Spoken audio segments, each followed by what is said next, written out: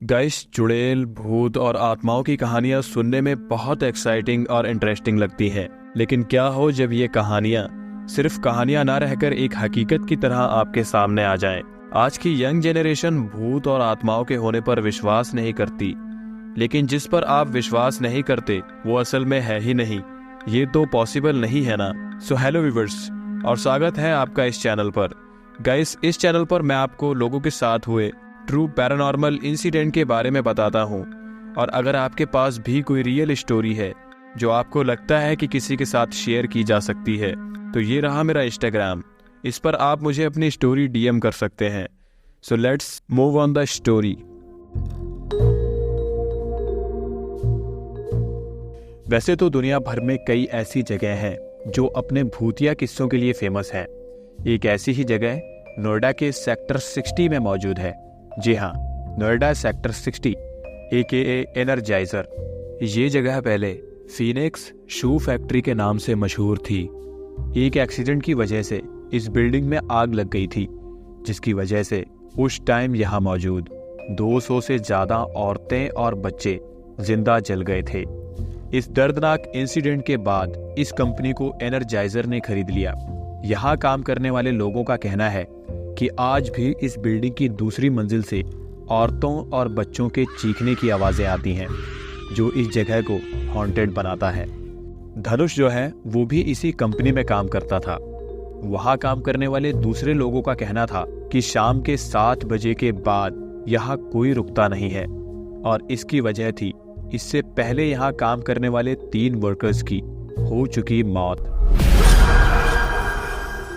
धनुष ने ये सब बातें बचपन से बहुत सुन रखी थी, और कई बार ऐसी जगहों पर जा जाके देखा भी, तो हमेशा कोई चिड़िया का घोंसला, जानवरों के बच्चे या कोई इंसान ही इन सारी गलत फहमियों की वजह होता था। धनुष ने सोचा कि आज रात सबको चकमा देकर चुपचाप यहाँ छुप जाएगा।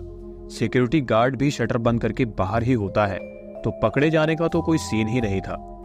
जब शाम हुई और सब लोग जाने लगे, तो धनुष भी उनके साथ बाहर निकल गया और करीबन 10 मिनट के बाद लौटकर आया और फैक्ट्री के पीछे वाली सीढ़ियों पर जाकर चुपचाप बैठ गया। जब उसने शटर गिरने की आवाज सुनी, तो चुपचाप पीछे से फैक्ट्री के अंदर घुस गया।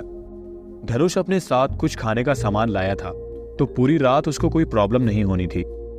एक एक करके फैक्ट्री के बाहर से सारी लाइट के स्विचेस ऑफ होने की आवाज आई, और पूरी फैक्ट्री में बस बाहर से आती हल्की हल्की रोशनी ही थी। काफी देर तक इधर उधर टहलने के बावजूद धनुष को कोई नहीं दिखाई दिया। करीबन 12:30 बजे होंगे रात के, जब धनुष एक कोने में बैठा था। इतने में फैक्ट्री के मेन गेट के आगे का शटर खुला और फिर बंद हुआ। जरूर कोई अंदर आया होगा। कोई तो है जिसकी वजह से इस जगह पर भूत प्रेतों की कहानियां फैलाई गई हैं।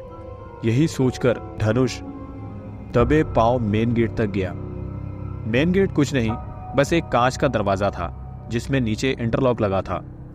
धनुष ने वहां जाकर देखा तो मेन गेट और शटर दोनों बंद पड़े थे। धनुष मेन गेट पर खड़े होकर शटर को देख ही रहा था कि इतने में उसको एक आवाज सुनाई दी, जो कि प्रिंटर के चलने की थी। प्रिंटर के चलने की आवाज तो हुई, लेकिन धनुष ने जब पीछे मुड़कर देखा तो प्रिंटर ऑफ किया हुआ जैसे का तैसा रखा हुआ था।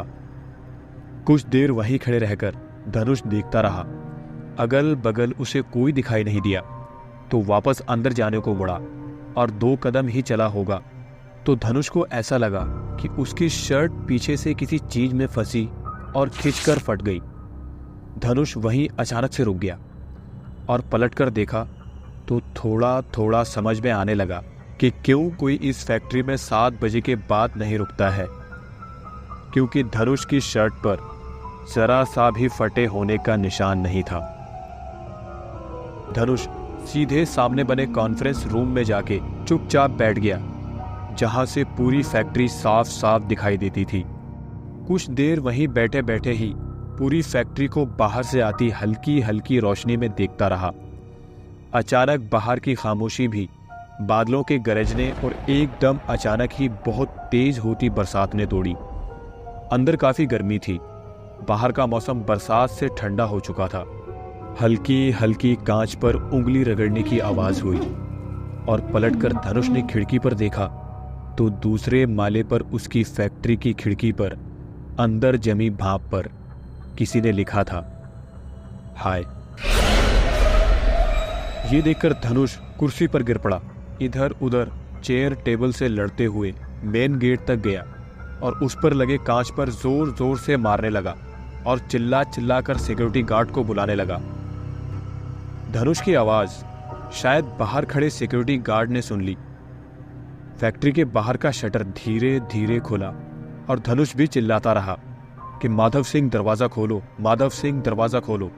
2 मिनट तक धनुष यूं ही चिल्लाता रहा, लेकिन ना तो माधव सिंह आया ना कोई और। धनुष ने पास रखी चेयर उठाई और खींच कर दे मारी उस कांच के दरवाजे पर।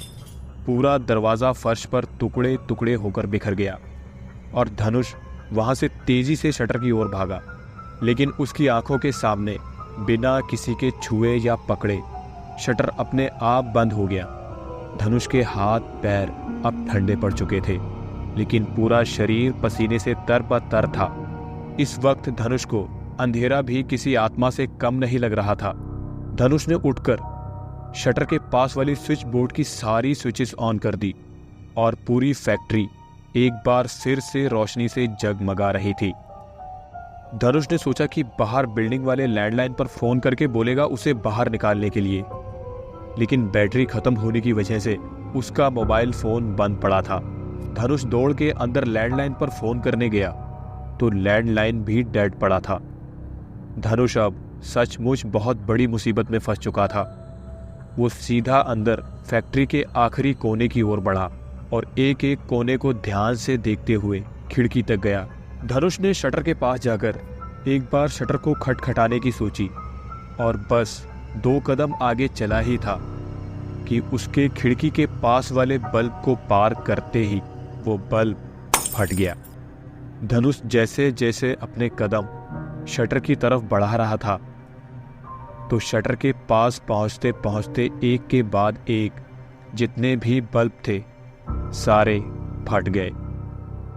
धनुष शटर के पास जाकर जब पीछे पलटा तो खिड़की पर जमी भाप पर किसी ने लिखा था, लेट धनुष त्रिवेदी। अब धनुष को किसी भी हाल में उस फैक्ट्री से बाहर निकलना था। तभी धनुष को एक आइडिया आया कि वो अगर खिड़की के छज्जे पर पहुंच गया तो दूसरे छज्जे पर पहुंचकर नीचे जाने की सीढ़ी तक पहुंच जाएगा। धनुष इधर उधर देखते हुए सीढ़ियों तक गया और खिड़की खोली और खिड़की का हैंडल पकड़ते हुए खिड़की के छज्जे पर उतरा और धनुष के छज्जे पर पैर रखते ही वो छज्जा टूट गया। धनुष की किस्मत अच्छी थी कि वो नीचे गिरने से बच गया। किसी तरह अपनी सारी ताकत इकट्ठा करके धनुष खुद को खींचकर हांफता हुआ वापस अंदर गिरा।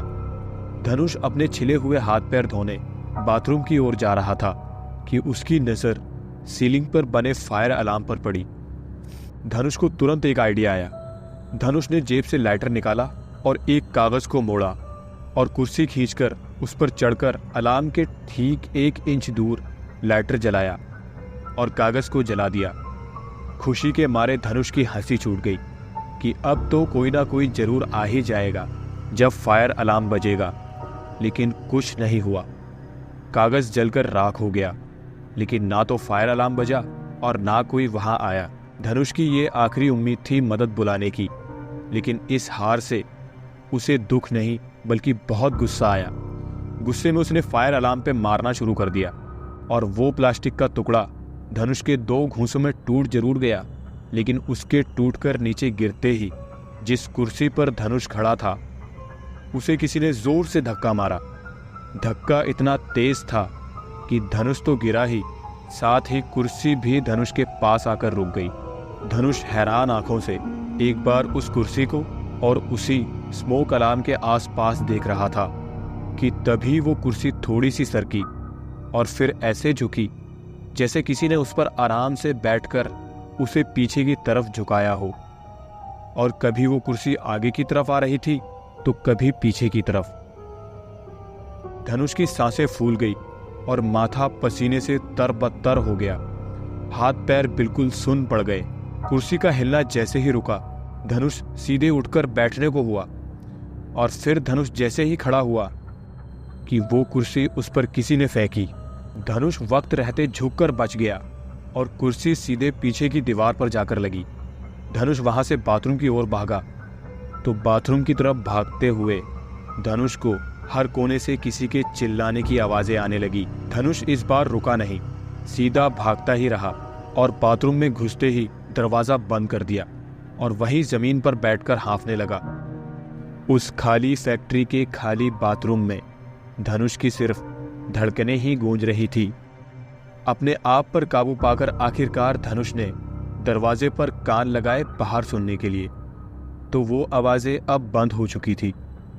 धनुष ने सोच लिया था कि जब तक सुबह नहीं हो जाती वो इस बाथरूम में ही रहेगा, लेकिन उसके दिल की बात शायद किसी और को पसंद नहीं आई, क्योंकि जिस वक्त धनुष दरवाजे पर कान लगाकर बाहर की चीजों को सुन रहा था, उसी वक्त ठीक उसके पीछे बाथरूम के अंदर उसके कानों में किसी ने कहा, क्या हुआ, कुछ सुनना चाहते हो? धनुष एकदम से पीछे मुड़ा तो उसकी आंखों के सामने फ्लश का बटन दबा और फ्लश चला। धनुष के लिए अब बाथरूम भी सेफ नहीं था। बाथरूम का दरवाजा खोलकर धनुष वहां से बाहर भागा और 4 ही कदम दौड़कर रुक गया, क्योंकि थोड़ी देर पहले जो फैक्ट्री खाली पड़ी थी, अब उस फैक्ट्री की हर एक मशीन पर कोई ना कोई खड़ा होकर काम कर रहा था और कॉन्फ्रेंस रूम में एक आदमी अपनी उंगली से खिड़की पर कुछ लिख रहा था। और जैसे धनुष वहां पर था, ये सबको एक साथ दिखाई दिया। अचानक ही सबके सब रुक गए और घूर कर धनुष को देखने लगे। इनमें से किसी को भी धनुष ने कभी नहीं देखा था। धनुष वहीं से उल्टे पांव मेन गेट की तरफ कदम बढ़ाने लगा तो कॉन्फ्रेंस रूम में खड़ा वो आदमी बाहर आया और धनुष पर चिल्लाने लगा, कौन हो तुम? ये मेरी फैक्ट्री है। धनुष तो किसी पत्थर की तरह वहीं जम गया। उसको अपने पैर इतने भारी लग रहे थे कि कदम उठा ही नहीं पा रहा था। और उस आदमी ने फिर से चिल्लाना शुरू किया, मेरी कंपनी को डुबा दिया तुमने, इतने सारे लोगों की नौकरी चली जाएगी तुम्हारी वजह से। उस आदमी के इतना कहते ही वो सारे लोग भी अपना अपना काम छोड़कर धनुष की तरफ ही आने लगे। धनुष अब भाग भी नहीं सकता था, उसकी पीठ एक दीवार से लगी हुई थी। सब ने बुरी तरह धनुष को मारना शुरू कर दिया। मार खाते खाते धनुष की हिम्मत जवाब दे गई और धनुष बेहोश हो गया। कुछ देर के बाद शटर खुलने की आवाज हुई और उसके बाद कुछ लोगों की आवाज, जिससे समझ आया कि फैक्ट्री खुल चुकी है और उसे हॉस्पिटल ले जाया जा रहा है। धनुष बच गया, क्यों या कैसे, इस सवाल का जवाब धनुष को भी कभी नहीं मिला और ना ही कभी उसने दोबारा जानने की कोशिश की। जिन चीजों में धनुष का विश्वास नहीं था, आज धनुष उन चीजों पर आंखें बंद करके विश्वास करता है।